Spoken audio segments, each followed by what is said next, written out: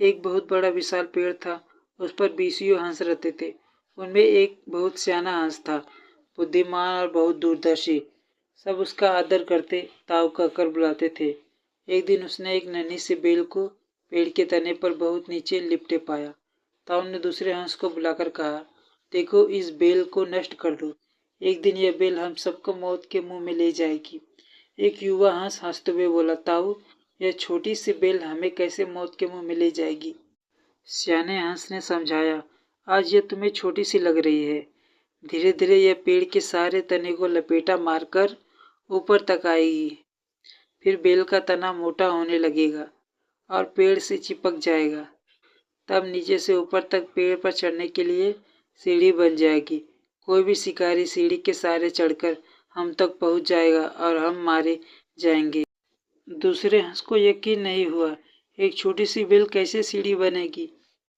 तीसरा हंस बोला, ताऊ, तू तो एक छोटी सी बेल को खींचकर ज्यादा ही लंबा कर रहा है।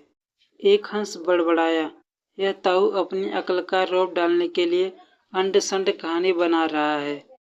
इसी प्रकार किसी दूसरे हंस ने ताऊ की बातों को गंभीरता से नहीं लिया।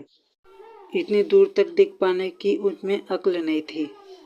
समय बीतता रहा। बेल लिपटते लिपटते ऊपर शाखों तक पहुंच गई। बेल का तना मोटा होना शुरू हुआ और सचमुच ही पेड़ के तने पर सीढ़ी बन गई, जिस पर आसानी से चढ़ा जा सकता था। सबको ताऊ की बात की सच्चाई सामने नजर आने लगी कि बेल इतनी मजबूत हो गई थी कि उसे नष्ट कर पाना हंसों के बस की बात नहीं थी।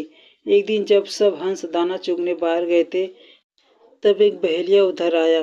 पेड़ पर बनी सीढ़ी को देखते ही उसने पेड़ पर चढ़कर जाल बिछा दिया। सांझ को सारे हंस लौट आए और जैसे ही पेड़ पर बैठे तो बहेलिए के जाल में बुरी तरह फंस गए। जब वे जाल में फंस गए और फड़फड़ाने लगे, तब उन्हें ताऊ की बुद्धिमानी और दूरदर्शिता का पता लगा।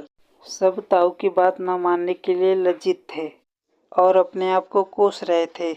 ताऊ सबसे नाराज था और चुपचाप बैठा था।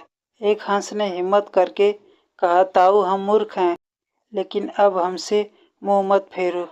दूसरा हंस बोला, इस संकट से निकलने की तरकीब आप ही हमें बता सकते हैं। सभी हंसों ने हाँ भरी। तब ताऊ ने उन्हें बताया, मेरी बात ध्यान से सुनो।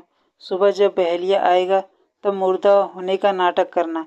बहेलिया तुम्हें मुर्दा समझकर जाल से निकालकर जमीन पर रखता जाएगा। वहाँ भी मरे समान पड़े रहना। जैसे ही वह अंतिम हंस को नीचे रखेगा, मैं सीटी बजाऊंगा। मेरी सीटी सुनते ही सब उड़ जाना।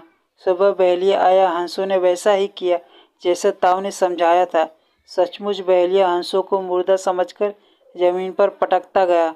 सीटी की आवाज़ के साथ ही सारे हंस उड़ गए। बहेलिया अवाक होकर देखता रह गया। इस कहानी से हमें यह सीखने को मिलता है कि बुद्धिमानों की सलाह हमें गंभीरता से लेनी चाहिए।